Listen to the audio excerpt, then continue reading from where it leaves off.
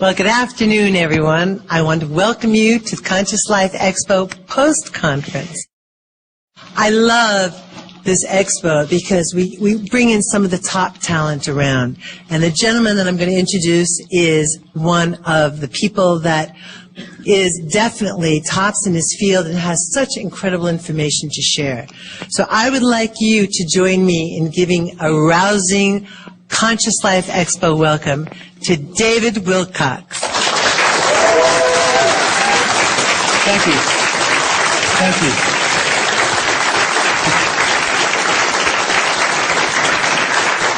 Thank you. Appreciate that. You know, 2012 is about a new birth, and now that I have my own umbilical cord, we have a great symbolic reference for that.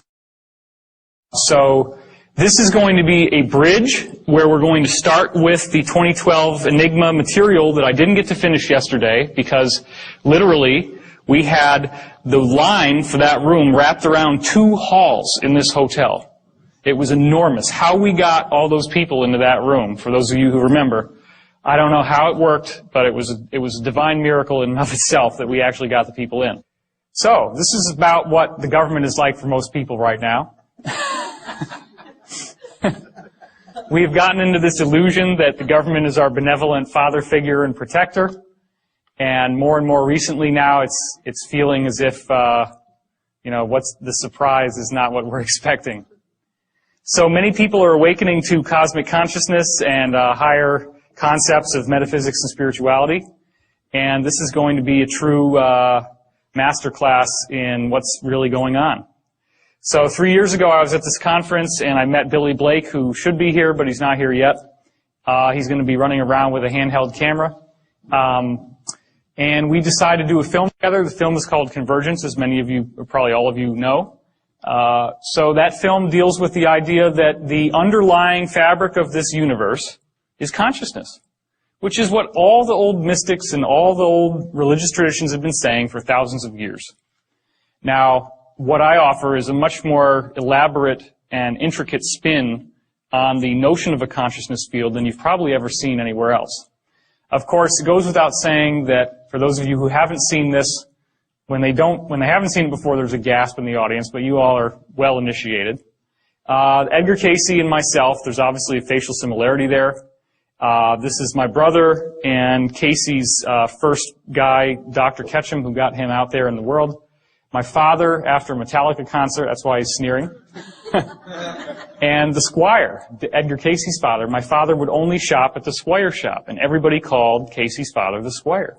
This is my best friend Jude and Edwin Blumenthal from the Cayce tradition, one of his principal investors.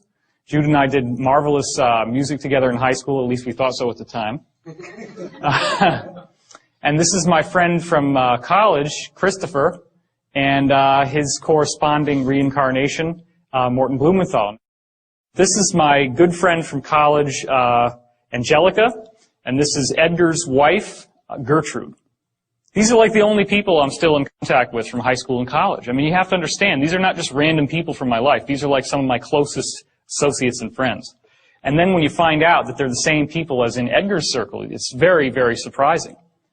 Okay, so as we went through yesterday, are there great secrets being held? This was something a lot of people didn't catch on the way they did the reflection on the poster for the Da Vinci Code. And of course, what is the eye and the triangle on top of the pyramid? Is there a message that's being given that we're not fully getting access to? Gore's inconvenient truth, sure, that looks like smoke, not. That looks like a galaxy. And here's the Milky Way from the top down. There's our sun, so you can see this is about where we are. So we're not all the way out at the edge, we're kind of in the middle. But doesn't this look sort of like crosshairs to sort of point towards the galactic center and suggest that there's some sort of galactic alignment that's going on here? So later in this talk, you're going to hear about interplanetary climate change, which is how this movement into a new area of energy in our galaxy is in fact actually causing all the planets in the solar system to experience changes just like the ones we see on Earth. So this is far from an isolated phenomenon. There's also these new physics discoveries that keep leaking out, and they always relate to sacred geometry. The idea in this case of the dodecahedron, which is 12 pentagonal faces that kind of looks like a soccer ball if you make it into a sphere. They actually found out, these scientists discovered that the background radiation from when the universe was first created has arranged itself into this odd geometric pattern. And that's been proven. So then the question is, okay, what is the force that would cause that type of geometry to emerge in the formation of the universe? As we're going into the 2012 subject, of course, crop circles have been on everybody's mind. This was the formation that came down a couple of years ago, which started out in an unfinished way. You notice that all of these blocks are completely solid, and this area is solid as well. Well, the circle makers, whoever they are, came back. And when they came back, this is what we got. Now you have time markings and symbols from the Mayan calendar, okay? And the alignment of these winged discs in terms of what markers they're pointing to, which corresponds to the Mayan system and the Aztec system, gave you an exact time reference of the length of time between when this was created and 2012, the end of the Mayan calendar. So this is a self-referential 2012 diagram given to us by whoever is behind the circle phenomenon. This is one of many crop circles which seems to suggest that the secret to understanding 2012 and this mystery that we're dealing with right here in our talk today is in vibration. That looks an awful lot like a vibrating puddle of liquid. This is what happens when you take vibration to the next step. You get sacred geometry, and I'm going to show you more about that in a second. If you can imagine, this is a sphere and a cube and then another sphere. This is the Froxfield chromosome formation. Obviously, the circle makers are saying, 2012, pay attention to your DNA, right? Except here's the thing. The chromosome's all broken up. And that's what happens before there's about to be a cell metamorphosis. Now, this is even more interesting. Check this out. What does that look like to you? A double helix. Okay, and there's 12 stations. Then down here, you get an even weirder thing. You get a triple helix, but they still have that same formation, and then boom, what's this? And look at the timelines. This is less than a month apart in 1999, and this came out in 96. So it appears that there is a message being given about the basic nature of DNA changing somehow. This is another crop formation which shows you DNA very, very clearly. As you can see that it's twisting, and you can see the ladder and the helixes. So there's something very interesting going on here. Now, this is one of the most staggering formations that's ever come down. And as I said yesterday, the idea that two drunken Englishmen stomped it down with a funny hat and a string and board after coming back from the bar one night, it just doesn't fly. This is much too complex to be something that could have been done without an elaborate. And the thing is, there have been some cases where formations like this have been documented as showing up within a 1-hour period. Like somebody's out there at night, they see nothing, and then there's lights and the dogs start barking and everything goes nuts, and then all of a sudden, boom, there it is. So this is showing you the geometry of the tetrahedron, which here's a drawing of it. This is the frozen vibration that is one of the principal energy fields that moves through planets, as you can see in this diagram. It shows up at 19.5, which is Richard Hoagland's thing. He's speaking tonight at 7. So here's your animation of the actual great red spot, which is at the limb of the tetrahedron down here, and Jupiter. And this also extends through the great dark spot on Neptune. This extends through and this also extends through the great dark spot on Neptune. This extends through a shield volcano on Mars called Olympus Mons, all throughout the solar system. So here's the secret. This is just a puddle of water that's got ordinary particles of sand in it called colloids. And those colloids are then vibrated on perfect sound frequencies like the white keys on the piano. And what you get is this interesting geometric shape inside, which should look pretty familiar to us by now. So this is the same pile of sand in the same water, just with different sound frequencies. And this is a very important point we're going to get into soon. The fact is that you can crank up the sound to a different frequency, and you get the same stable geometry. It stays there, it doesn't move. And when you crank it back down, it goes back to the other shape. So these shapes remain consistent for the given volume of water that you have and the shape of that water, regardless of how many times you change your frequencies. And it's also important to notice that the density of the structure, the density of the geometry gets higher as the pitch goes higher. These are increasing pitches as you go down. So that's a very important point. So what if physical matter was actually built like this? What if this is the secret of physical matter? Could that mean that atoms and molecules as we know them could fundamentally shift? That's what we're looking at. As I was training you into seeing yesterday, is there a parallel reality where space and time flip over, where they invert with each other? And the answer is yes. That's actually what is going on. Does this solve all the basic quantum physics problems? It does. And that's been proven. Goes back to the two-slit experiment where you have single electrons that move through two slits, but then they form an interference pattern of more than two slits on the other side, which is like a wave. So here you have a particle, but over here you have a wave, and you can even have multiple strikes at the same time. So atoms and electrons are not little bitty chunks of matter. They're just energy. But they're not behaving the way they should. So here's another diagram of that. This is what a wave does. A wave is just like if there was a liquid here, and then it hits this, it ripples like two waves on a pond coming together, and that's how you get your interference pattern. So of course, wave-particle duality. What we're discussing now is the idea that a particle is here in space-time. That's where it's fixed in time but can move around in space. But in the inverted world, it's spread out in time. So it's still the same thing. It's just that it's now flipped over into another domain. And in that other domain, it spaces out in time, and thus you get this kind of waveform that's created from it. Well, this would all be just kind of an interesting intellectual study until you start looking at larger objects. Now check this out. This is a little thing called a buckyball or a fullerene. It's carbon molecules, 60 of them put together. Obviously, this is a solid piece of matter. In fact, they're used to store items inside of them. They can be used for like disaster cleanups, like oil spills eventually. If they could manufacture enough of them, that kind of thing would be great for that.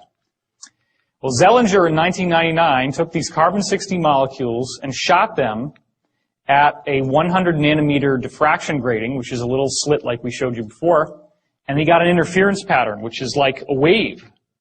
So do you realize what that means? The buckyballs were rolling inside out somehow. They hit that wall, and they turned over. Like, have you ever had one of those little balloons where you squeeze it in your hand and it goes whoosh? Is everybody with me? That's what seems to be happening with physical matter, and I've heard that from black ops people as well. This is performed in Austria. So this little guy popped into all these waves when he hit the wall because he flipped inside out. Now, what's really interesting about the geometry that we're already showing you, like the geometry at the formation of the universe, is that they also can do this. But they do this in a very interesting way. When these geometries flip inside out, this is the opposite that they form. So when you have the dodecahedron, it forms the icosahedron. The tetrahedron flips into another tetrahedron upside down, and then the octahedron flips over into a cube, and it goes back and forth between those two. Now here's what's another very fascinating point. We've just seen how the fullerene can burst into a wave. Well, guess what? DNA is almost the same width. Now just chew on that for a second if you haven't already seen this talk. I mean, DNA is supposed to be a molecule. In fact, the amount of DNA in one cell of your body, if you spaced it out, is 5 feet long. It's 5 feet tall. So there's a lot of DNA in there, but if DNA can turn into a wave, then that opens the door to all these quantum non-locality principles. All of a sudden that stuff becomes real. It becomes true. Well, we already have plenty of experimental evidence, and I'm just going to show you one of them right for now. This is Kazanachiev, a Russian scientist who passed a diseased cell culture through a shield here, which when it was glass, there was no effect. Of course, the other culture was just healthy tissue. But then when he passed through quartz, the quartz allowed the disease to be transmitted to the healthy cells here. So you have disease to healthy. Well, a virus, again, is a little tiny thing. Most viruses are shaped like geometry. I don't know if you remember that. A virus can turn into a wave. Okay? So there are some people who believe, for example, that AIDS is synthetic and that you can actually activate the dormant virus with a wave. It is important to remember that your consciousness has more power than any wave that could ever be beamed at you. So if you ever start worrying about electromagnetic mind control or all these silly things that people get focused on, that's something that you don't need to worry about. Also, has anybody here done healing? Has anybody here? Okay, wow, that's more than half. Have you ever noticed how if you're with somebody and you're really empathizing with somebody who's sick, that you start feeling some of the same thing that they've got? There was a case where I had a woman, they were doing a Reiki session on her, and I was in the room, and I started to have this outrageous pain in my big toe. It turns out that she had a gangrenous foot. That exact spot on my toe that hurt was where the pain was the most strong for her. So this is real stuff. But the thing is, when you get these energetic beamings, unlike this helpless little cell culture, your consciousness has a huge effect on what's going to happen to you. And those little health problems, they don't last very long, right? I mean, usually if you ever do healing work on somebody, just as a tip, go and wash your hands from the elbows down, because that will get rid of this transmitted energy. Okay, it's a very effective means of doing that. So Dewey Larson, the physicist, revealed that time is in fact a three-dimensional domain. And this is where we're getting into the idea of what's over there on the other side when you flip over a particle and it turns into a wave. There's a three-dimensional realm where time as we know it is spaced out. Now, okay, not everybody's following me on this, but we're going to go into how this works, so just stay with me. Einstein talked about the space-time fabric, and the basic idea about gravity is that planets are like dipping down in this fabric, and then gravity is just the result of things rolling towards the planet as the fabric is displaced. Well, think about it. If this were true, and all the planets are sitting on top of this fabric, that means that only the fabric and what's above it represents the realm that we live in. But then you got this whole place on the bottom. And where is that? And how do we get there? Well, the answer is you got to punch a hole through. So that's your wormhole, right? You know, the word wormhole comes from the idea of a worm burrowing through an apple. Everybody remember that? And it's like the outside of the apple is space-time. The inside of the apple, where the wormhole goes, is time-space. That's a three-dimensional realm of time. Time is not linear. It's only linear because we're stuck in space-time. So what happens is time-space is on the inside of the apple, or the donut in this case, and space-time is on the outside. But this whole system can invert so that space-time is now on the inside and time-space is on the outside. So here's the basics of it again. 3 dimensions of space and 1 dimension of time. You can move around in space, but you're fixed in time. It's moving forward like a river. When you go into time-space, what we would think of as time is now 3-dimensional, and what we would think of as space is now 1-dimensional. You actually move around in 3 dimensions of time. This is where we're having dreams. This is where we're having astral experiences. That's why a psychic in a particular place can actually look forward and backward in time in that location, because they're viewing through time-space. That's what your psychic function is. The distance you travel in time-space is actually time travel over here. Now that sounds really far out, but the bottom line is all the things that I'm telling you have been verified by multiple black ops witnesses. They've been verified by experimental, secret projects, and a lot of actual evidence that's in the public domain that we just don't normally understand what it is or why it's there. The entry and exit points are very important. If you look up in these medieval texts about fairy circles and fairy rings, these are the little circles you go into where you find the fairies or the gnomes or the dwarves or the elves. Well, you don't just find them anywhere. You have to go into these circles, and you can only enter them at certain times because it has to do with a planetary alignment. You see, the Earth has naturally occurring natural stargates on them. And I know that some of you might not believe this, but there is so much evidence, and we're going to go through some of that. There are natural stargates, and you actually can time travel. So there's a very important reason why the ancients were building things like Stonehenge and the pyramids. This is not just to entertain themselves and to build a tomb for the dead pharaoh. Okay, it's much more than that. So I read this book when I was 7 years old, and in the book we have descriptions of experiments in ESP between Harold Sherman, the author, and Sir Hubert Watkins, who was an Antarctic explorer.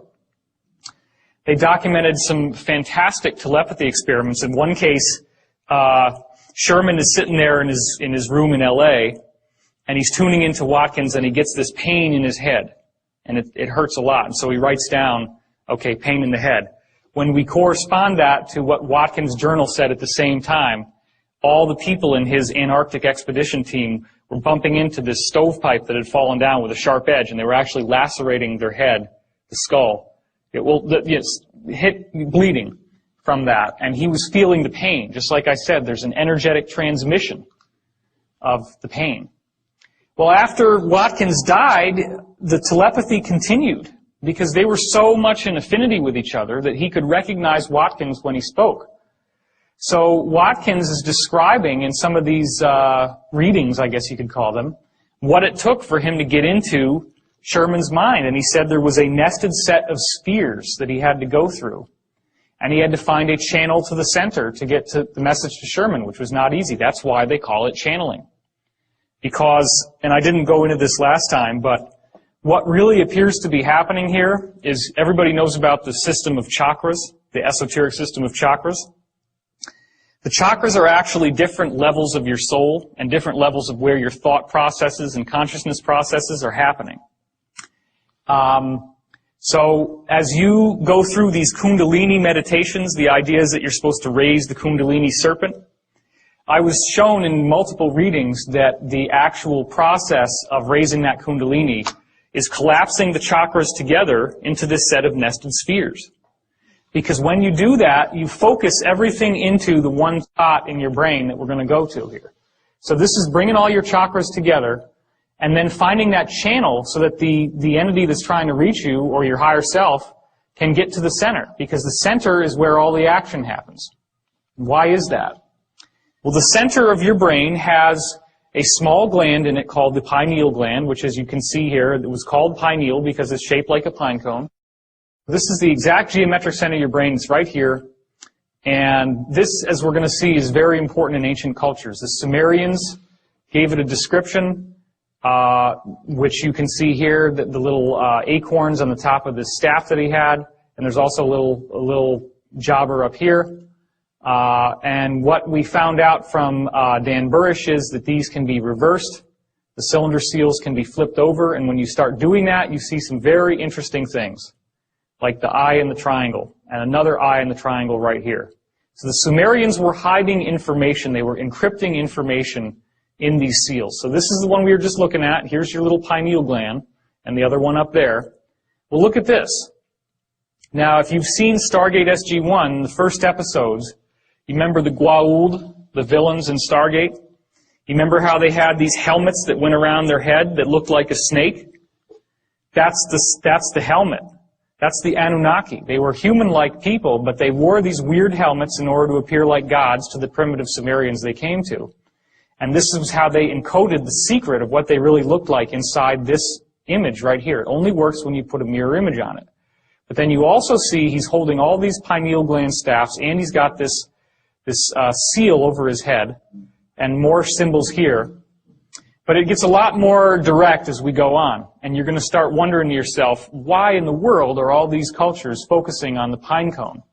This is Osiris, the lord of the underworld in Egyptian mythology. This is his staff, which, as we now know, this is the raising Kundalini, the serpent, but it also represents DNA. And there on the top, as the Kundalini rises, what are they looking at? They're looking at the pine cone. That's the junction point where all this energy comes together. Now, King Tut has this Kundalini serpent actually going through his head. That's a symbol that they gave that the pineal is fully activated, that your chakras have now all turned into that nested set of spheres, and that access from the higher realms is moving directly through your head. They believed he had that. Whether he did or not, we don't know. Here's the Babylonian god Tammuz, and as you can see, he's holding a pine cone. So once again, he's a very powerful god from that tradition, and you're seeing the same type of symbolism coming through. Then you go over into Hinduism, the goddess Shiva, the goddess of destruction, the breaking down of the old to purify the way for the new. What does her head look like? What does that hair look like? It's another pineal gland. And you've also got the redundancy with the symbol of the third eye, and you've got the serpent wrapped around her head. The same iconography once again. And it's so powerful in the Hindu tradition that even now, it's common practice to wear a symbol of the third eye on your forehead if you're a woman, and they all have these various bindis, as they're called, that they can order and wear. This is, as we go more into more recent gods, the god of drunkenness and revelry, Bacchus. You can see he has the goat-shaped ears here, the kind of demonic almost looking, and he also has the cloven feet. But then look at this. What's that? There it is again, huh? There's that pine cone. So once again, why do you think alcohol, hard liquor, is called spirits? Think about that for a minute. Because it opens the door to these influences. And the ancient people knew that. That's why they were called spirits. You've ever seen people who get like completely possessed when they're drunk and they just seem different? They seem a lot more negative. Well, negative entities in some cases seem to be able to grab hold through the pineal gland. And so they knew about all this. They knew that drunkenness and revelry opened up the pineal. That's why he's got it on the top of his staff. Dionysus, who is the usher through the underworld, the usher through death and rebirth, he's also got the pineal gland, the pine cone, on his staff. So there's the same message yet again. And here's another image of Dionysus with a bigger pine cone. Well, let's not leave out Buddhism. Check that out, right? Same exact thing once again, the hair. That's another symbol of the pineal gland. And even the fact that it looks like a pine cone with these little, the way that they braided their hair. I mean, all this was done deliberately to honor the pine cone. So then there's a quote from the Bible, "The light of the body is the eye. If therefore your eye be single, your whole body shall be full of light." That's Matthew 6:22. Well, that's pretty weird, huh? Guess how the mainstream Bible scholars interpret this passage I told you yesterday for those who were here. They say, well, you just have to be single-mindedly focused on God the Father as your salvation. That's why it's one eye. You just want to kind of look at him. This is a single eye, and it makes your whole body full of light. Well, the Bible says God is light, so this is what's going on. It's your hyperdimensional gateway. The third eye, yeah. But surely we say, even though maybe a Bible passage could be interpreted a certain way, it might not mean anything, probably doesn't mean anything. Surely the Vatican wouldn't follow something like this. That'd be silly. There's never any public acknowledgement of it, or do they? Well, check this out. This is the Vatican Square, and this is a gigantic statue of a pine cone. It's the largest statue in the Vatican, anywhere outside, except for this little ball over here, which we're going to look at closer in just a second. Notice the peacocks, which have a very kind of Egyptian feeling to them, like the ibis, right? The Egyptian ibis. It's a very similar type of bird. And what's this all about? What's that look like to you? Aha, that's an open sarcophagus, just like in the King's Chamber or the Great Pyramid. What does the open sarcophagus symbolize in the Great Pyramid? No more death. The transition into spiritual life, okay? So, this all has to do with, I'm going to start walking a little bit. This all has to do with the knowledge of the higher forces, the sacred geometry. All this stuff focuses on the pineal gland, the pine cone. Now, what do they call this actual part of the Vatican? They call it the Court of the Pine Cone. Okay? How weird is that? But I want to take a look at that little ball, so let's go in closer on it. There it is. That's huge. That's huge. And what's all this? This is like Greek columns, and then you get your saints on the top of the columns here. And here you have, I guess that's called the basilica over there. But you've got this gigantic ball, much bigger than anything else, and it's mirror polished. Well, that again is a symbol of divinity and the Creator. Okay? Well, there's the pine cone, and here's a guy.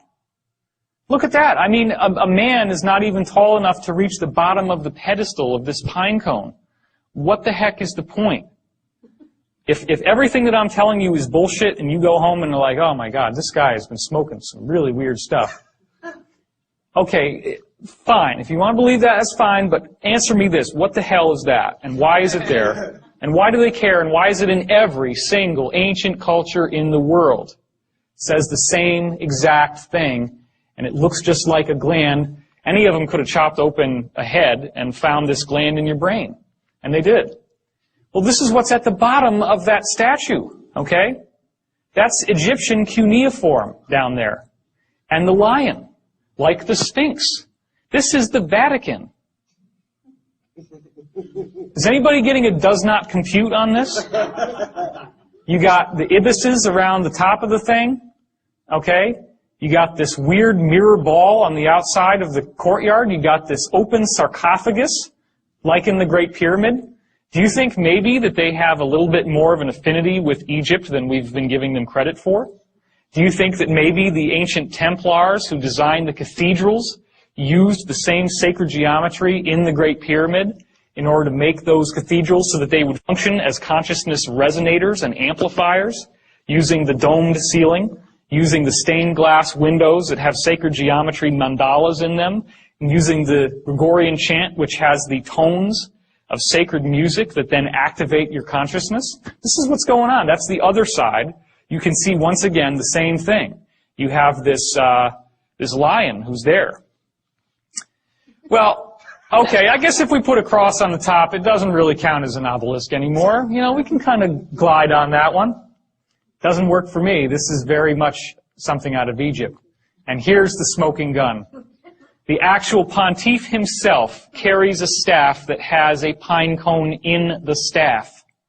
Now, you cannot tell me that all this is an accident, especially when you understand that the esoteric symbolism of the staff, first of all, you notice it looks like a tree, and that's the central axis of the world tree, right? I don't have a slide for it here, but the world tree is what the ancient people saw when they looked at those nested spheres. You remember the mushroom-looking thing that I showed you before? If you go out into the solar system out of body, you see these they look like umbrellas. And so you see a trunk in the middle, and then it moves out like this into what's that sphere that we're showing you. So that's what they used to think of as a tree. So this symbolizes the world tree. What's the joining point between the world tree of spirit and the physical pontiff, who is the actualized embodiment of spirit? It's the pine cone. So this is showing how the pineal gland, once it's fully awakened, allows you access to the world tree, which is the repository of all spiritual wisdom and knowledge. So, the pineal gland has been explained through conventional methods, conventional means. To some degree, they have figured out what it does by looking at how when light strikes your retina, there's a little nerve system here called the preganglion sympathetic neurons, and they move through, and the light transitions itself into your pineal gland, okay? When the light goes off, it signals electromagnetically to the pineal gland that it's time to go to sleep, which then secretes melatonin into your cerebrospinal fluid, which activates the whole brain's sleep mechanism, the whole nervous system, okay? So the pineal gland is very much associated with going to sleep. Well, that makes sense because when you go into a mystical state of consciousness, typically you have to go into a very meditative, very zoned out, very relaxed Zen type of consciousness. That's not an accident. So again, if therefore your eye be single, your whole body shall be full of light. So when you cut off the light on the outside, the light opens up on the inside. That's the melatonin mechanism. Well, the pineal gland is activated when light goes out. Jesus also said the people who sat in darkness saw a great light, Matthew 4:16. Again, the idea that it's only when the light goes out and you can activate your pineal gland that you have the full access to this knowledge. So the pineal gland also secretes another chemical. This is more recent research called dimethyltryptamine, or DMT. It's becoming increasingly popular in the New Age circuit now that people are taking these South American potions like yopo and ayahuasca, which is the one you're probably more familiar with. The actual dictionary definition of what DMT does is that it includes profound time dilation, time travel. This is when you're accessing the time field, right? Time is three-dimensional. It's no longer linear. You can shift time. Journeys to paranormal realms. That's like those fairy circles, the gnome circles, right? And encounters with spiritual beings or other mystical transdimensional modalities. All right, so there's the shape of it once again. Now, what's the big secret? The interior is filled with water. How does that seem like a big secret? Who cares? Why would it matter that there's water inside the pineal gland? Well, those of you who were here yesterday know the answer. The interior of the pineal gland, the water flips in and out through time-space. We'll get to that in a second. The problem that most people are having is that the water calcifies as you age. In fact, that's how they're able to figure out if your brain has a tumor when you're getting an MRI. Most people have this chunk of calcium in the center of their brain, which looks white on the MRI or on an X-ray. And if that little guy is off to one side, why is that? Think about it. Because what? Tumor is pushing on the brain, and it knocks it off of alignment. So our pineal gland is actually supposed to be used for transdimensional access, but instead what's happening is that we're calcifying it by our diet, by the use of fluoride in our toothpaste, fluoride in our water, by drinking too much soda, carbonated beverages, too much refined fats, refined sugars, refined flours, white flour. Anything in moderation is okay. I'm not saying you got to go on a totally Spartan crazy diet. But this calcification is also what the Bible calls the mark of the beast. The mark of the beast is on the forehead, right? Does everybody remember that from the Bible? And what was it supposed to mean? It's supposed to mean that you're captured in the grip of materialism. Well, that means that you don't have your spiritual access open. That's the symbolism. The symbolism is when you look at the chakras, you actually see a dark spot up here. So that's where that comes from. Now this is where it starts getting very, very strange. Okay? If you haven't already been blown away, this is where it should start to change your consciousness. The interior of the pineal gland, all along the inside, has rods and cones just like the retina on your eye. Do you think that maybe when they called it a third eye, that they knew what they were talking about? Do you think that an eye must have a cornea and a lens and all this vitreous fluid in it like we have? The fluid is there. But you just got the retina. So there's something that appears to be happening inside. It's like there's a little television in here. And you can actually get audio out of it, and you can get video out of it, and that video feed is being picked up by the rods and cones, and that's your imagination. That's the mind's eye. You actually have a retina. Have you noticed that when you visualize something strongly enough, that you really do see it? You can close your eyes, but you're still seeing things. This is where it's coming from. Now, some of it obviously can happen in the mind. I'm not saying that everything that you think is showing up inside this little gland here. But what I am saying is that a lot of your contact with the other side, when you're traveling through time or when you're having a dream, the interface between your dreaming body, the silver cord, as it's called, the silver cord is anchored right here. That's where it comes from. That's why when people have an out-of-body experience, they hear a loud cracking noise, and then they fly out of body. The crack comes from right in here, as it's called. The silver cord is anchored right here. That's where it comes from. That's why when people have an out-of-body experience, they hear a loud cracking noise, and then they fly out of body. The crack comes from right in here. So, the answer to why this works is that there is an electromagnetic shield that is created when the light goes out. It may be stimulated by the release of the DMT, but these two little arteries here, they don't look like much, but it's a known fact that the pineal gland has more blood flow per cubic volume than any other gland in the body. This gland has the most high amount of concentration of energy from your body of anything else. And that's because it's our gateway. So if you can start to imagine the idea that there's this complex electromagnetic shield that starts forming like this, and you see all these weird rotations happening around it, and they're all going in these different directions, what that actually, and it becomes so fast, it's like, if you move it fast enough, which I'm not really capable of doing, it would just start to be all red. You get a perfectly formulated shield around the gland. When you do that, you have now shielded off all of the electromagnetic, gravitational, and otherwise, well, not gravitational, but all the electromagnetic, the radio waves, all the energy that gives us a reference in space-time. That opens up the door to time-space, just like when you shoot that little carbon-60 molecule, the little buckyball, at the slit, and it pops inside out, and it turns into a wave as it goes through. Well, there are little molecules inside this water called microclusters.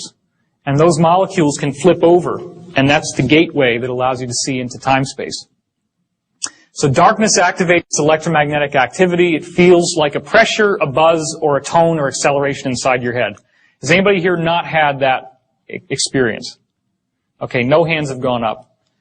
When you'll hear sometimes it's almost like there's a gong, or you feel like a pressure in your head. Now some people just call that Kundalini activation. But what's actually happening is that sometimes spontaneously, even during the day, your pineal gland just kicks up. It's like a car engine, and it suddenly gets going, and you feel this sort of explosive energy shooting up into your head. This is actually this mechanism, this machinery of electromagnetic charge, zooming around, doing all these different things to shield off the water inside to give you access. So if that ever happens, if you get that tone in your ears, just try to tune into the meditative state and get really clear and figure out what's the message of that moment. A lot of times it'll be that whatever happened right before you get the tone is something really important for your spiritual evolution. So you want also seem like an excruciating headache? It can. Headaches can happen, but that's when there's a blockage. That's when there's something in yourself that's not allowing this to fully open. And that, at that level, deals with not being able to see yourself as a sacred being. Seeing yourself as unholy, seeing yourself as impure. So it really does boil down to self-acceptance. When you're fully aware and self-accepting, you can fully open your pineal gland. That requires a great deal of work, which is what we're getting into later in this talk.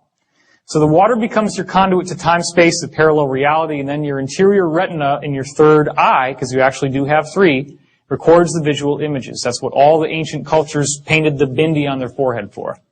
DMT seems to accelerate the activity. LSD and other psychedelics force the pineal to release DMT. It's potentially dangerous, so I'm not recommending you go out and start tripping because your pineal can get stuck on even when you're awake. And that's the actual nature of schizophrenia, delusions, and waking hallucinations. There have been multiple studies that have been done proving that shamanic visionary experiences and schizophrenic hallucinatory experiences are almost identical. What the ancient shamans have happened to them is just about the same as what happens to schizos.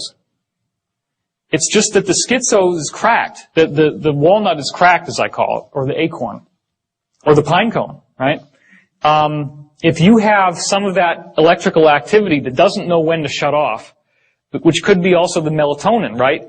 When the melatonin kicks out, it's telling you to go to sleep. That's what starts to fire up this engine. It's only when the DMT kicks out a little bit that the engine goes into full steam. But that's usually only after you fall asleep. But as you start to fall asleep, the melatonin starts to rev up the engine. Well, a schizophrenic doesn't get enough sleep. That's one of the things that every study has shown about schizophrenia. They are insomniacs. So if you do that enough, then melatonin more and more will start to be synthesized while you're awake, and it starts to open your gateway, and you start getting these hallucinations. So DMT is what's cracking that protection of keeping it electromagnetically dormant while you're awake. So it does very much look like the pineal gland is a natural hypergate. Now, here's another interesting thing. A colleague of mine discovered that the eardrum inside the ear is tilted on a weird angle. That's not straight up and down like you'd think it would be, or that you normally would imagine. It's tilted, and it actually tilts forward like this. So the eardrums look like this inside your head. Okay? What he found was that he could build microphones that had this orientation, like where they are in your head, and he gets a three-dimensional recording. So if I were to take one of these mics and put it here in the room, and then somebody ran over through the back screaming, and then we take his speakers, because he built holographic speakers, you pop the speakers right there in the same exact room, and you press play on the tape recording, you're going to hear that person running behind the room as if they were there. You get a holographic sound. Now, it makes sense, right? If light can be holographic, light is a vibration, why couldn't you do exactly the same thing with sound? This is how it's done. It's done by reverse engineering the way your ears already work. Because the human ear has a better three-dimensional tracking system than any other creature. The only creature that even comes close is the owl, which obviously for the hunting purposes. So we have a very unique hyperdimensional mechanism, and he actually also found that these lobes of the inner ear here are corresponding in the geometric angles to the Great Pyramid, the angles and slope of the Great Pyramid. So this is what happens. They're coplanar with a tetrahedron inside your head, the point of which comes out through the third eye center. And of course, the third eye is at the geometric center of this. So when you're going into the pineal gland, when you're falling asleep, you're going to lie down. You're going to tilt your head like this. Which way is the tetrahedron pointing now? Which way is the triangle going to be? Like this, right? And your eye is in the center. So doesn't that look a lot like this? So this is the secret, okay? There is a secret that has been kept right in front of our eyes. Nobody understands it. And again, as I said yesterday, I'm actually releasing this information for the first time. No one has ever made this public before. This is from deep in the Black Ops stuff, and I only was able to put the whole thing together from 7 different witness testimonies that all correlated independently of each other. That's how I found out that it's from the pineal gland. I'm not sure that they would want anybody to know this, so I am taking a risk at revealing this, but that's why I did it publicly first. Because this is what's happening. This is why this matters, okay? Could we reverse engineer the pineal gland? We have a basic system here. We have water that flips inside out. This allows you to see over into this other realm that we already know exists because we can prove in quantum physics that a particle turns into a wave and the wave is spaced out in time. Or has it already been done? Has it already been done? In fact, we have to ask ourselves, what are the needs? We need a barrel-shaped or a pine cone-shaped container holding water, and it would have to be a special water.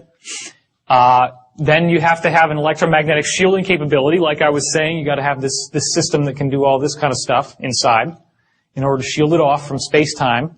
You have to be able to fine-tune the fields because, as it turns out, how these little vibrations run has everything to do with where it goes.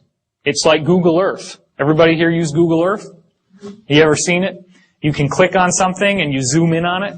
Well, that's what the fine-tuning of these fields does for you. It actually is like coordinates, latitude, longitude, and time. Then you need some kind of method to pick up the visual images. Now, normally in the pineal gland, you do it with the retinal tissue, but you don't have a retina when you're dealing with a machine, so what do? Well, what does a television use? It uses a cathode ray, right? It's a little thing that shoots onto this surface, and the electrons strike the surface, and they glow. Well, an ionized gas is going to glow if you strike it with this energy. So why not squirt an ionized gas in the middle, and then that might pick up the visual images? Well, this is what it looks like. This is real. Yesterday and today is the very first public unveiling in a public presentation of Project Looking Glass. Well, this is what it looks like. This is real. Yesterday and today is the very first public unveiling in a public presentation of Project Looking Glass. A human being is about this tall. This is built in underground bases. It is colossal in size. And what happens is when you fire this thing up, these rings start going in all different directions. It shields off the barrel of water inside, which is just like your pineal gland.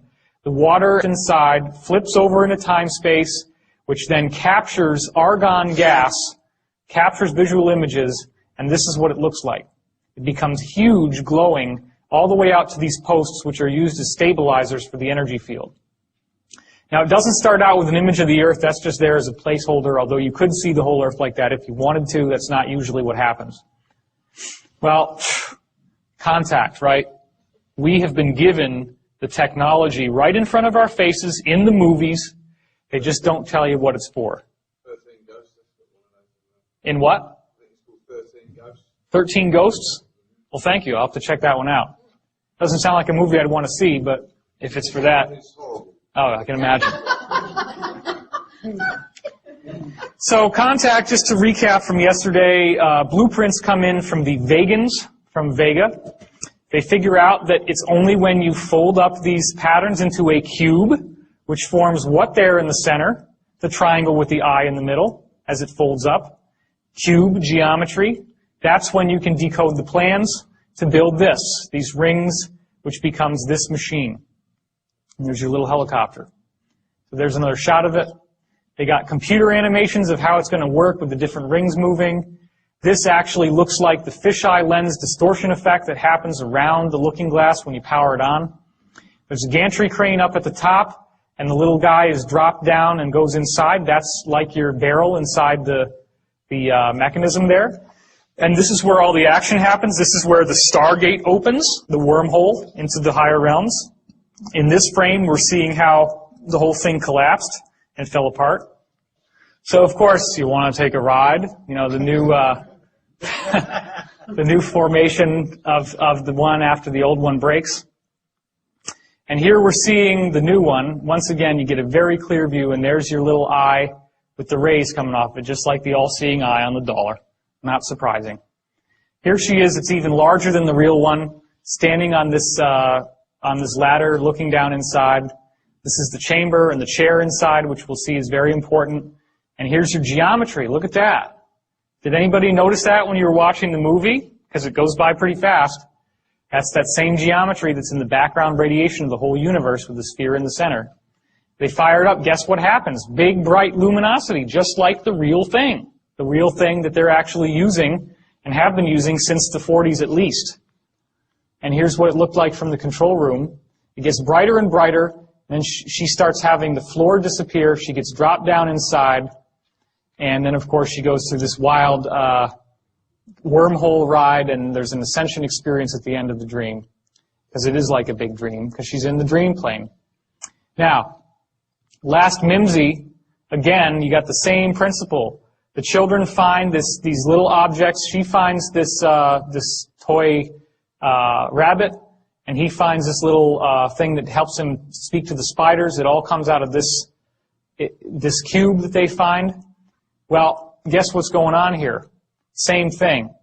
It creates, at the end of the movie, it has created a wormhole into the higher realms, which allows them to send DNA into the future. Now, this movie is like an infomercial for everything that my colleague, Dr. Dan Burish, has been saying he dealt with in Majestic 12, dealing with extraterrestrials from our own human future human lineage extraterrestrials, as he called them. That apparently, in his system, they have gone to the future, they have survived, but they had a small gene pool as a result of the cataclysmic activity in 2012, and I'll get into why I don't believe this is what's going on. And then they needed our DNA, and they're trying to come back in time to get our DNA to fix their genetic problem. So this whole movie is just a big infomercial for all the stuff that Burish has been saying, right down the letter. And there was a lot of development on the script. It is actually a great movie. I do recommend it. Now here's the thing. This is actually precisely what was found, except for the sphere, but the shape, and then even the little filigree on the outside, the little 1 centimeter raised filigree. This is what's called the cube.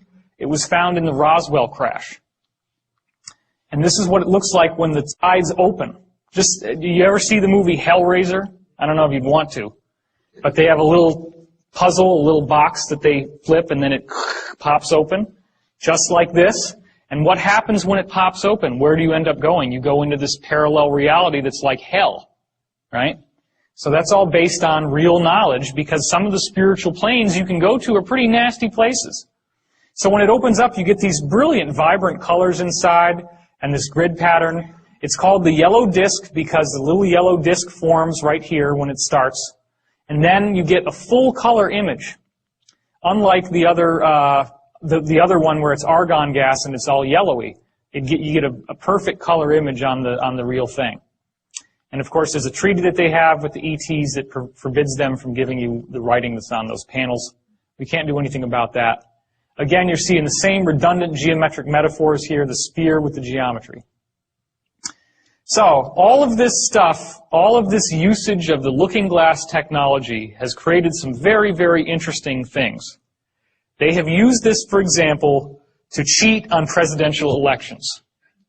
Think about it. If you actually did have a technology that could allow you to look into the future and you're running for office, what are you going to want to do? You're going to want to go look at the newspaper headlines and the television and figure out what swing states you lost. So then you're back in time and you can program your Diebold voting machines to tip the vote just enough that it's exactly 50-50, which is what happened in 2000 with George W. versus Gore, and it's what happened again in 2004 with George W. versus John Kerry. Okay? The problem is that as a result of the fear that they have that in 2012 that you're going to get an Earth axis shift, which is caused by an inappropriate amount of energy moving through the looking glass devices. They have, as of December 2006, completely deactivated and deconstructed all looking glass technologies on the Earth. The Iraq War had, to a large degree, the mission of capturing a looking glass technology that was dug up in Sumer, which was originally in the possession of Gaddafi in Libya, which is why they attacked Libya. Gaddafi got rid of it and gave it to Saddam Hussein. Saddam Hussein was using this technology, viewing the future, The U.S. government went in after him because they felt that the fate of the world was at stake, because if they did not capture this technology and get it back and deconstruct it, that the Earth would have a pole shift. So this is what they say, and it's a great story. It'll make a great movie, which I'm sure is being written. We're going to get into the pole shift and why I don't think that that's what's going on at all. I do have a negative doom and gloom disaster view of our future. It's very important that you hear that, even though I know some of this stuff might be a little freaky looking. So the D of the CTP is what they call it in code parlance, because nobody's going to know what that means. But when you actually decipher these letters, it means the doctrine of the convergent timeline paradox. Here's the problem. You look through time with this device, and when you hit 2012, everything goes perfectly white. As you get closer and closer to 2012, starting in around 1980, a very strange thing has been happening when they use the looking glass. There is an interlacing of images. So right now, imagine that if I had this slide on half the time, and then the other half of the time, there was an image of like a face. And if I interlace them slowly, then maybe every second it goes from here to the face to here to the face. Then as it speeds up, it gets faster and faster to the point that if it were complex images, you couldn't make out one from the other because they're flip-flopping so fast. Okay? That's called interlacing, and the frequency of the interlacing gets higher and higher as you go towards 2012. So anytime that they try to look at, like, or they used to try to look because they're not using them anymore, 2009, 2010, 2011, 2012, bam. It's so interlaced that they have a whole server farm of computers just to deconstruct the two images and be able to see what they're looking at in the future. So again, this is what they're using. This is one of the main ones they're using, the Orion cube as they call it, or the cube. And also it's being used with looking glass. But what's going on with 2012? Well, here's another very interesting thing. Dan Burrish, who I've had multiple discussions with privately, and we're actually going to have an event that we're speaking at together at Caltech, which is later in March. And I'm going to have that on my website if you're interested. It's going to be local. My website is divinecosmos.com. And we're going to talk about all this stuff there to some degree, but it's mostly going to be on his research with biology, which we'll get into later. But anyway, we have multiple parallel futures that we can choose. And what he found was there was a treaty that they were trying to do with the extraterrestrials that was codenamed Tau 9. And in the Tau 9 treaty, they had a line item in the treaty that was intended to share his biology technology with the ETs. And that technology was able to reproduce the original seed of all life on Earth, which the ETs wanted to use to be able to heal their own DNA because they believe that they're human lineage. So what he found out was that these other beings apparently had contacted him and said, you cannot tamper with the tree of life. You can look at it, you can admire it, but you can't mess with it. The tree of life is the actual source code of our DNA. So what was happening was they were looking into the future, and he took the negative visual that he got from the alien, from the ascended being that came to him and warned him about the tree of life. He held that image in his mind of what would happen to the Earth in 2012 if this were allowed to happen.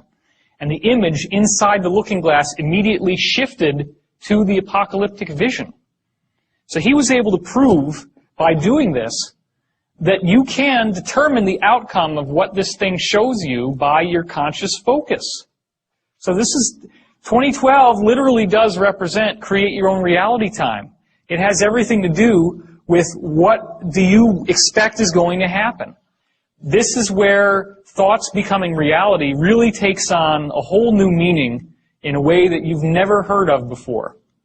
Now again, I also had a contact with a man named Daniel. You can hear about the story on the free 3.5-hour Project Camelot video that's on my website. You can go look it up. I met this guy in New York. I was stranded at the airport because of the snow. I ended up going to a Denny's. It was the only place that was open. I had brought the Montauk book with me for some reason, even though I thought it was all just a bunch of crap. And this dude walks by in like biker gear and a big burly beard. Big guy. So you like that stuff, huh? You like that Montauk? I said, oh my gosh, this is all a bunch of crap. He says, I used to work for Preston Nichols. What? Preston Nichols is one of the authors of the book. And I just started laughing. I said, look, there's no way that you worked at Montauk, because Montauk is a joke. It's fake. Well, he kept on talking, and the next thing you know, he sat down, and we stayed up all night, and I had like scribbles all over the placemats. And, I mean, this guy, and it's a shame that he doesn't want to go public, because I'll tell you, he's got an amazing amount of information. And I didn't go into it very much yesterday. Some people asked me to go into it a little bit more, so I will do that. You have to understand that there is a basic New World Order, an Illuminati, if you will, which is primarily run by the Rothschild family. The Rothschild means red shield, which is all kinds of esoteric symbolism we could go into, which I don't have the time for.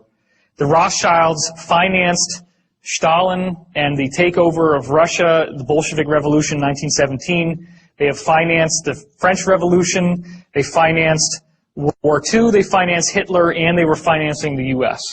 So they believe in order out of chaos. You fund both sides of a war, and whichever side wins, you got their vote, because you're their paymaster. You've given them their money. You control their financial supply, which means you can control the government. Okay? And you profit no matter what. Right. And also what happens is that the war stimulates the economy, so you get much more infrastructure and much more buildings coming out of it. That's why, for example, Ford Motor Company was building tank plants in Germany, which is why Hitler's Wehrmacht had the tanks. It was from Ford. When American bombers bombed Ford's tank plants in Germany, Ford personally repaid Hitler so he could rebuild the tank plants faster. Boeing actually was shipping, this has been documented, was shipping passenger airliners to South America, which were then sent to Africa, where they ripped the seats out and turned them into Hitler's bomber fleet. That was Boeing. These are American corporations. The whole idea of these big wars is a joke. It's a setup, it's a game that's played to play off the opposites against each other in the hopes of synthesizing a new world order where we all kind of synthesize. That's why Democrat and Republican is a joke. Okay? They want certain aspects of the conservative Republican Party. They want, for example, the cultish religious aspect, but it's not Christianity. That's why the liberal side is all about being open and being free and not having any of these traditional shackles on you. Because what they ultimately want is a racist society. They're very racist, and they're interested in a new world order which is run by a Luciferian philosophy. Now, this is very disturbing sounding stuff, but they actually believe that since they have the secret tradition that goes back to Atlantis, and that they've been persecuted for thousands and thousands of years by various people, nobody persecuted them as badly as the Roman government through the Catholic Christian Church. They were tortured, they were killed, so they came to the natural conclusion, you can understand anybody would have done this under the circumstances. What do you think they would choose? They would say, okay, whatever God these guys think is God, that's not the right one, because he's stringing us out on the rack, he's torturing us, he's killing us. Therefore, whoever the Christian church says is the bad guy is the good guy. Okay, wait a minute. Lucifer is the brightest light, the brightest angel in heaven, right? And he's the one that got tossed out of heaven. Well, maybe he got tossed out of heaven because he was too cool, right? Because everybody else in there was a bunch of corrupt shysters. Well, this is actually what the most powerful people in the world think. And they are a fundamentalist religion just like any of the others. They still believe this weird stuff. They follow these teachings. They actually buy into this, okay? So that's why it's weird, because you see these political parties that are siding with religious fundamentalist Christianity, and they actually do have a fundamentalist religion, but it's the mirror opposite. So their energy vibrates with each other, and that's why they work together so well. Don't forget, of course, that Hitler was also running on a Christian platform. And who was Hitler's main ally in World War II in Europe? Italy. Italy is the Vatican. The Pope and all that stuff was supporting Nazi Germany, okay? Because it was in the Vatican, which was in Italy, which was Mussolini. So, the reason why I'm telling you all this is not for you to have a fatalistic sense of doom. It's to also enlighten you to the fact that this is going on, that it's real, and that the Nazis were very, very proactive in rebuilding all of the ancient secrets that had been lost. Because for the first time, they had a world power government that could go out and militarily by force invade places that were being kept under lock and key with heavy guard and go in and steal the artifacts and the technologies that would allow them to rebuild their so-called master race and all this stuff that they're so into. Okay? What's that? Raiders of the Lost Ark. Raiders of the Lost Ark, exactly.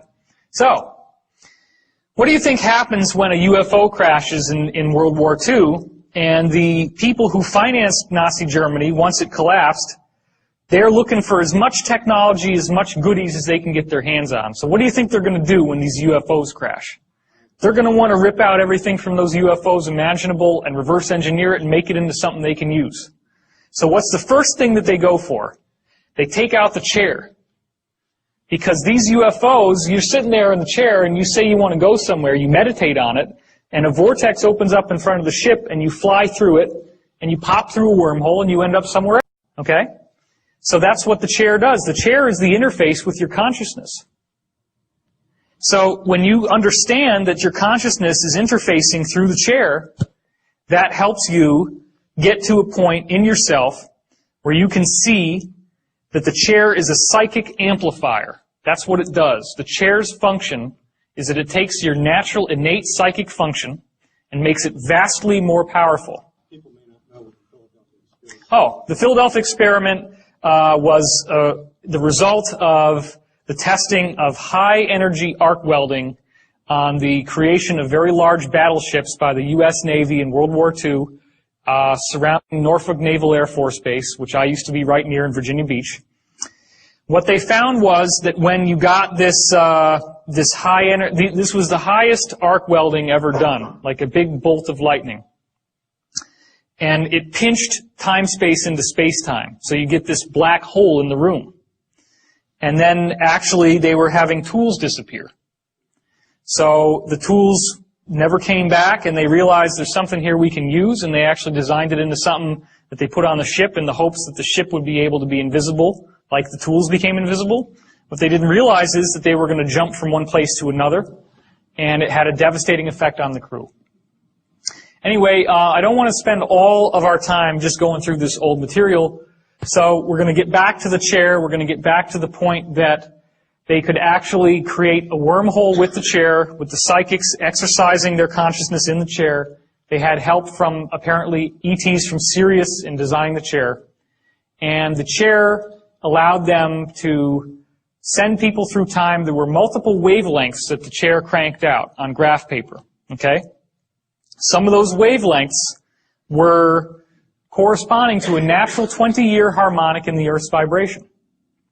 And that 20-year harmonic, as it turns out, if people were moving through time, which is one of the things they found they could do, is send people through time, this wave would tell you exactly where you were in time, depending on where up and down it was. So what they found that was so bizarre was that at December 21st, 2012, they could calculate it down to the day, that's how precise this was, that for some reason all the graphs, all the waves would go into a complete flat line. They no longer moved up and down like before. They went flat for like 7 or 8 seconds. So then they're asking the guys that went through these stargates and were traveling into the future, what happened to you? Every single time that somebody tried to hit 2012, they said the same thing. There was this thing they called the bump. It actually hits you like a bump. You actually feel like you've slammed into something. And as soon as it slams into you, you have the most incredible religious experience you can imagine.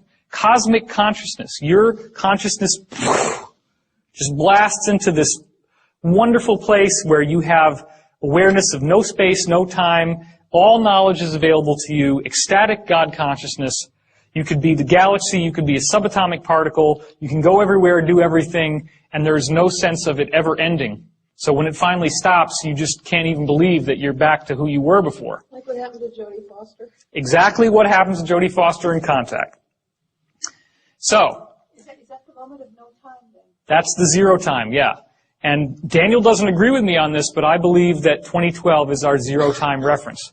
By the way, Daniel did say that the stargates are real, that there is one main stargate per planet, that they dug them up from ancient Atlantean technology.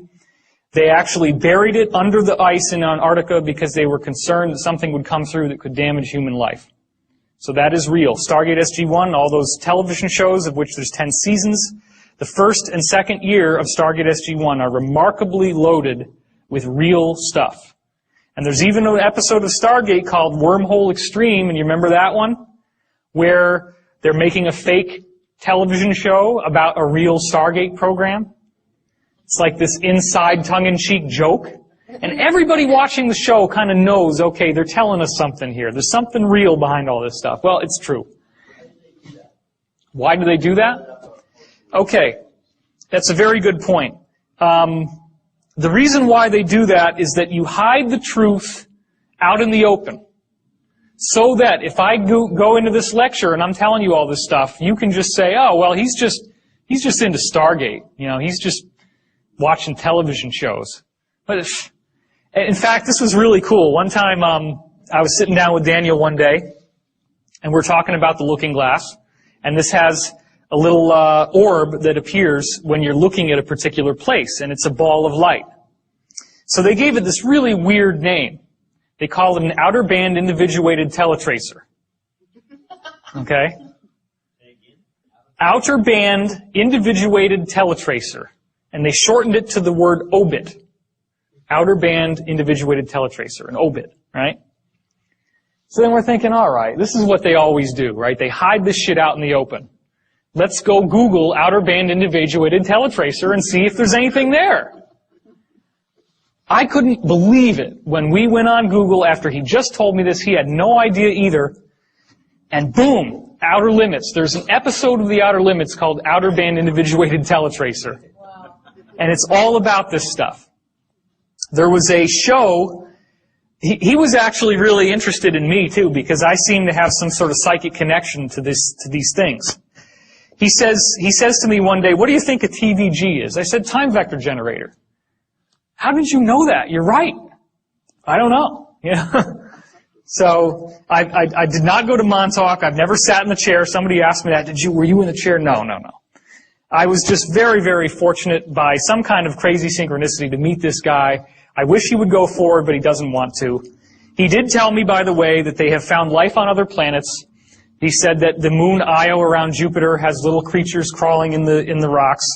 He said that Mars once had a civilization, that they've actually had astronauts on Mars, that they have a photograph that he saw of these astronauts waving with a big pyramid next to them.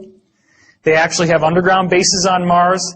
There's a technology we've learned about from other witnesses now called a jump room, where you walk into the room, it's like an elevator, the doors close, you suddenly feel really sick to your stomach, the doors open, and boom, you're on Mars. Just like that. No time has elapsed. So these technologies already exist. And I would certainly like to have one. It would be a lot easier than taking an airplane flight. You can get over the stomach thing, I guess. So, again, all gate travel is much better than using a ship. It's a much preferable method than traveling by a spaceship because you go a lot faster and you go a lot farther. And you can reverse engineer it by taking the seat out of the ship, which is what they're doing here. So, have these seats ever showed up in film so that they can hide it out in the open? Well, check this out. There's your seat. Now, this one doesn't actually have any consciousness interface, but some of the other ones do. Total Recall, jump rooms to Mars, civilization on Mars, underground city, pyramid at the end, and once again, you have a chair that has a strong effect on your consciousness. In Stargate SG-1, they have the chair of the Ancients, and O'Neill sits in it, and it activates and amplifies his consciousness, which allows him to defeat the evil fleet of the Goa'uld by shooting balls of light at them. Minority Report. Here you have people sitting in chairs, floating in water, and they are psychic, and it is amplifying their psychic ability, which Tom Cruise is then able to manipulate on a screen. One of the things that Daniel told me is that out of all the waves that this chair cranks out from the ships, that it also includes visual images from your pineal gland. And they can space them out and look at them just like in the movie. So this may have been designed to set the precedent so that someday they could actually create a department of pre-crime.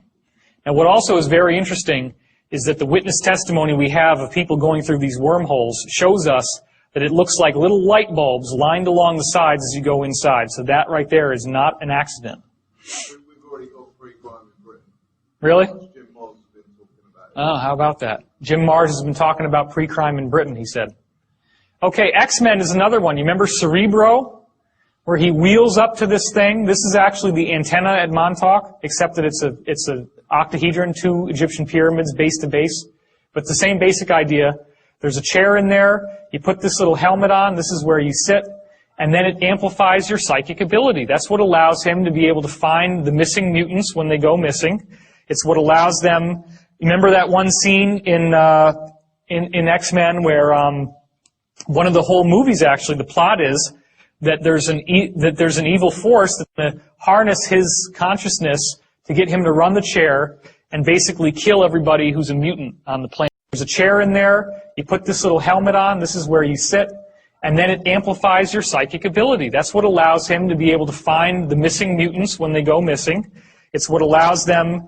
Remember that one scene in X-Men where one of the whole movies actually, the plot is that there's an evil force that's going to harness his consciousness to get him to run the chair and basically kill everybody who's a mutant on the planet with the psychic amplification. So this is all based on this real technology.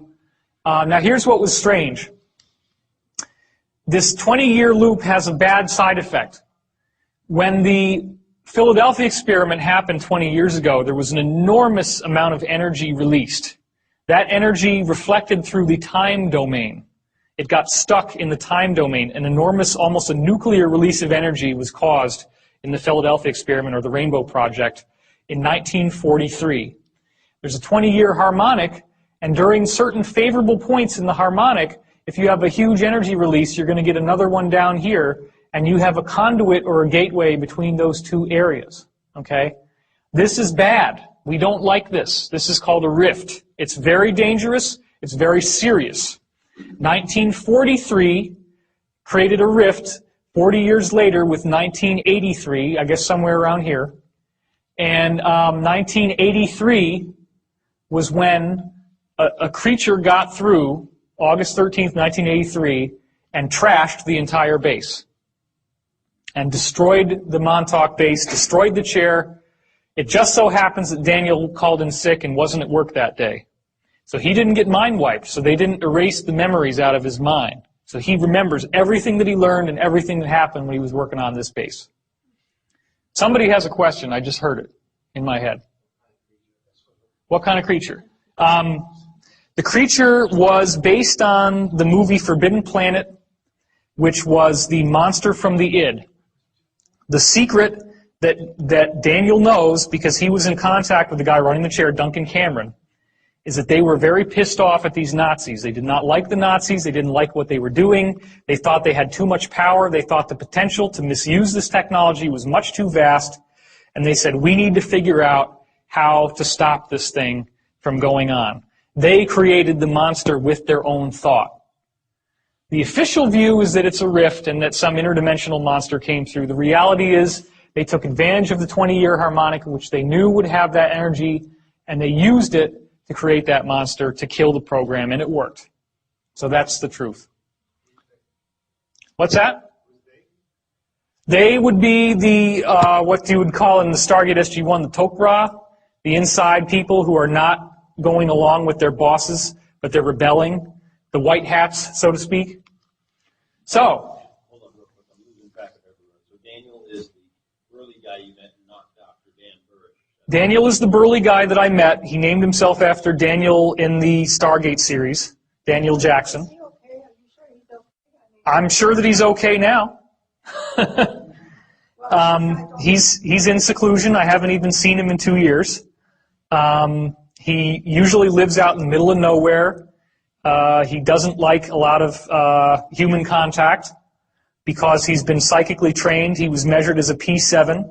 He had a special psychic gift called a conduit, which allowed him to feel other people's emotions and thoughts very, very strongly. And as a conduit, he was able to take, like did everybody see the movie Powder? He could do just that. In fact, it's possible, because he was the only person they ever found that could do that, it's possible the movie Powder was written about him. I don't know that for a fact, but it's possible. He also has some really weird stories. He said that he was accosted by a gray extraterrestrial when he was in his remote location, and he shot it with a shotgun. And he said that they found out in these programs that the extraterrestrial physiology is like a vegetable and not like a body. So you can shoot them and they don't get hurt. This thing, and it just sort of kept walking. Very weird, huh? So yeah, and that's what's so strange is that when I was in high school, I wrote a story about a guy who shoots an extraterrestrial with a shotgun. And we started to find all these weird correspondences. The first time I took LSD, and I have done acid, I did 20 some odd trips. I had a very strange experience. As I was coming down the stairs, I was peeking. I was like, what in the world is happening to me? I had this feeling that if I did not create the floor under my feet with my mind, that I would fall through the floor. And so I'm walking very carefully like this, tripping, just, oh shit.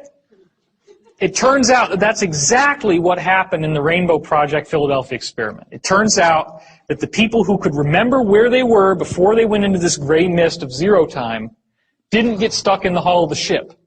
But the people who couldn't remember where the ship was and couldn't create the ship from memory, when they got through, they were stuck in the hull and died in many cases because you can't pull somebody out. So he said, he has some weird ideas, and, he thought that I was connected to the project somehow, like my soul is basically helping to relieve the karma of the planet through this thing that happened. And I guess this is part of what I have to do, is share this with you, because obviously there's a reason why I met this guy. And that's the funny thing, too, is you can tell that this is real because people ask me a question, and I pop out with something new, because I've had many, many hours of conversation with Daniel. No, I'm not gay. No, we're not homosexually involved. Somebody wrote that on the internet. It's like, forget it. I haven't even seen him in 2 years. We were just friends, that's all. Okay? Get over it. And even if I was gay, which I'm not, what possible difference would that have to my message or to the value of the material that I'm sharing with you? Can I get an amen on that? Come on. I mean, really, let's just let go of these ridiculous prejudices, because everybody has a right to be here. Every soul is precious beyond measure. I am not a racist. The DNA level shows us that we are so similar that you cannot actually tell what somebody's race is from a genetic test. There's only very, very weird special things that they have to go out of their way to find to look. But we're 99.9% the same. It is. It's a smear tactic, and it's being used to dumb us down and to get us fighting with each other rather than looking to the source of the problem. Okay? But that's what we're doing. By shedding light on it, we're helping to understand it. So, the reason why I'm going to go into rifts and holes in time is because it has to do with 2012, and it has to do with you breaking down the conditioning. Let me finish the sentence. Breaking down the conditioning that has kept you from seeing the greater reality that we live in. Question?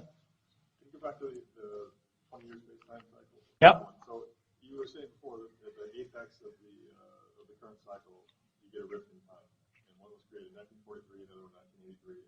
Is there a possibility of that happening again at some point in the other? Okay. He asked a good question, which is, okay, the apexes of the wave and the bottoms of the wave is a 20-year cycle, but especially from top to top, the 40-year cycle, from 43 to 83, you get this big conduit, you get this big rift that was created by the Philadelphia experiment.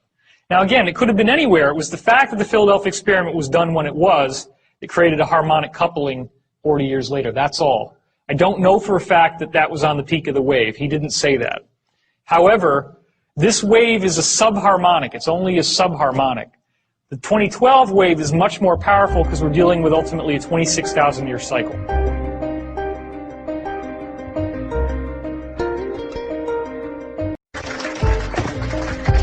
Just don't say anything, man. I don't even want to hear it, all right?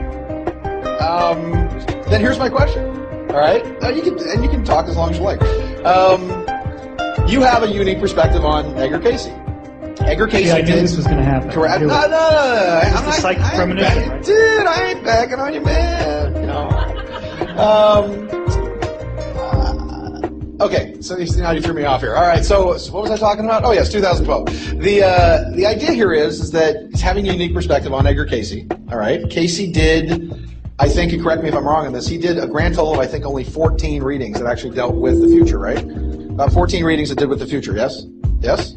And of those 14 readings, a lot of them were interrupted by his clients who were, who said, I don't want to know anything about that. Just tell me if my partner's a crook and things like that, right? Casey has been not only amazingly prescient about what's going on, and his predictions have come true in a way, but not in the cataclysmic nature that a lot of people have expected. For example, he said that in 1998 to 2000, that there would be a shifting of the poles, period, or the beginning of a new age. And it is interesting because there was a polar shift. Not many people know it. In 98 to 2000 or so, when the poles actually shifted, there's 3 magnetic north poles. And the pole actually shifted from one to another to another. If you're talking about Chandler's Wobble, yeah. Yeah, Chandler's Wobble, exactly, did happen. He talked about 1998, the Library of Atlantis, the beginning that it would be found. And, of course, in 96, there's an earthquake in Cairo that cracked open the Sphinx Temple complex. And we think that the Tomb of Osiris might be the foyer, if you will, to what might possibly be the Atlantean aspect. So considering that a lot of Casey's predictions have been pulled down, so to speak, that have been softened by prayer and human action and what have you. And you don't have to stick to that. I'm just pointing out, because of your unique connection to this, the connection and what I am of interest to me, we seem to have done so much work along the lines of the Mayan calendar, the harmonic convergence of 1987, meditations that have been done 92, 94, earthquakes that have been lessened in California. I mean, working with the Prophecy Research Institute, when Gordon Michael Scallion was talking about the whole West Coast falling into the ocean and whatever else, and so many people did meditations in California, and then the call went out for people to start meditating, and I said, don't tell me what's the same, tell me what's different. And people began to realize that the future was not as dire as many of them thought. So 2012, again, I wasn't sure if there was a lot of prophecies, but if you could mix that with what your opinion is of what goes on in the next 4 years or so, because everything is beginning to condense. Everything is beginning to pull humanity back into the beginning of that quantum leap. So take us there and take it away. Okay, great. Well, thank you, Sean. What I didn't want to have to dwell on is the reincarnation thing. If you're interested, you can go to my website, divinecosmos.com, and read about that.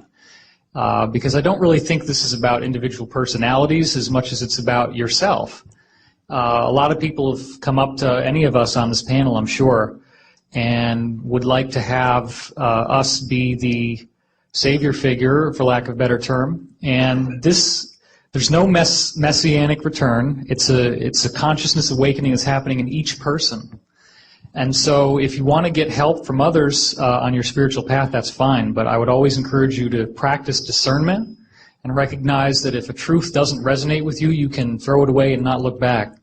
Because as one of our panelists was saying, this is a future that we create. 2012 appears to be an energy field which is largely dependent upon our focus in terms of how we choose to go into it. And one of the reasons why we know that is because of the government time travel project I just spoke about in my workshop, which many of you were at, called Project Looking Glass. And it turns out that the person looking through the looking glass determines the future that you see by what they expect they're going to see in the future. So this is an actual government Atlantean reverse engineered time viewing technology that has now confirmed factually, and I've had multiple witness testimonies that don't even know each other independently tell me this, that we are dealing with a situation where how you look at it does determine the outcome. So if that works for you, then work with that, because honestly, I don't believe that we're dealing with the cataclysmic reality. The Edgar Casey readings you spoke of, Sean, were largely dictated by an entity that at the end of the readings would call itself Halaliel. And Halaliel was later identified by the people in Casey's circle as being a trickster entity, and trickster means negative. So this entity is responsible for the prophecies of California sinking into the ocean. Do you think if I believed that I would live in Los Angeles? honestly. So I'm not like you, though. I don't want to die until I'm ready. I wouldn't get anything out of it, I don't think. But no, seriously. Seriously, I think that... In David's defense, a lot of us get that, by the way. Dude, you live in Hermosa Beach. What are you talking about? You predict the future, and you live in Hermosa Beach. That's where the wave's going to wipe everything out. And I keep telling him, well, California's going to be all that's left, and it's going to be the rest of the United States that falls into the sea. So, that's right, man. Well, again, I want to remind everyone here that each soul, every one of you, is precious beyond imagination. And it's just such an incredible honor for all of us on this panel to be able to share this energy with you, because as you tune into our frequency, there is a very real energetic conduit that is formed.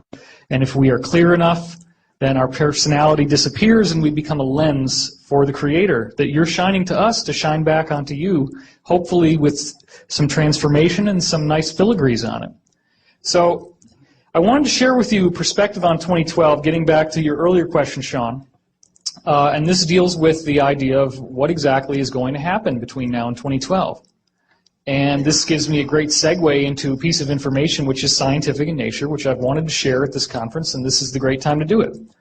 I was poking around in Russian physics. I was looking through the web for various scientific studies done by Russians on torsion fields, which is the energy field of consciousness. And they've done some fantastic work. I, quite by accident, stumbled across the Russian Institute of Temporology, which means the study of the nature of time, and found a paper by a man named Dr. Sergei Smelyakov. I know. Go ahead and laugh. It's okay. My coughs don't smell like anything, by the way. Just roses. But Dr. Smelyakov, or we'll just call him Sergei, maybe that'll be easier. Or Smelly, as his friends call him. Or Sergei, we can call him Sergei.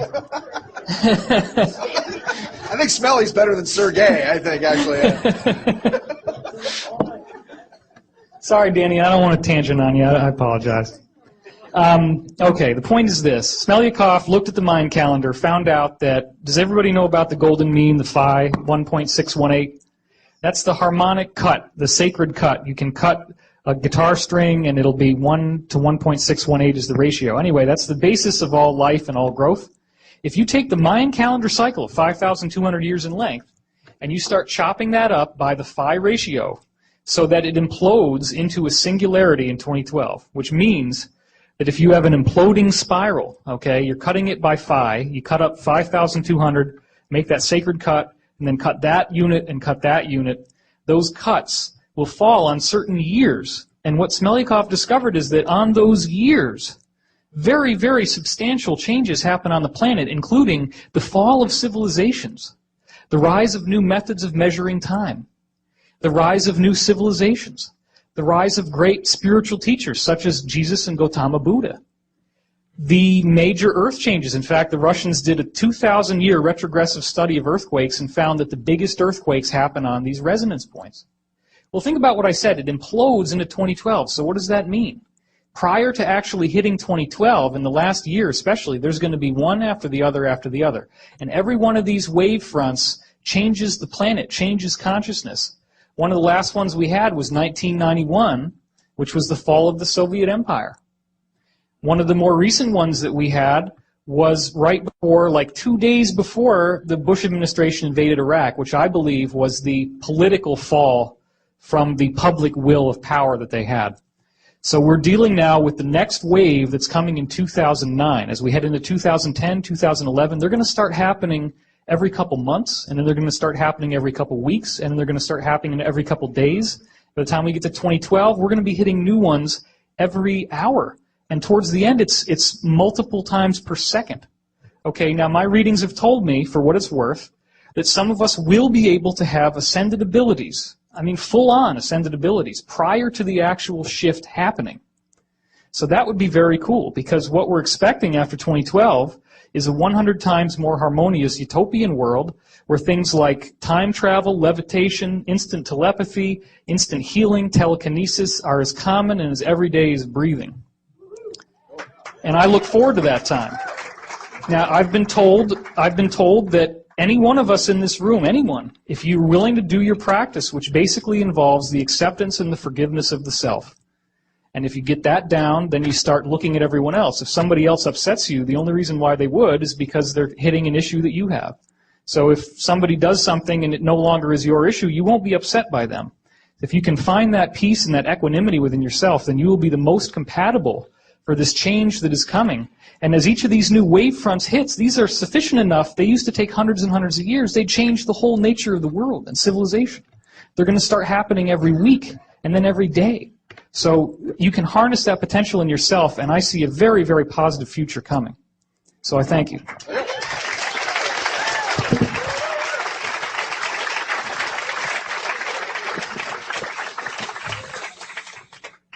Forgive Bush. Already done it.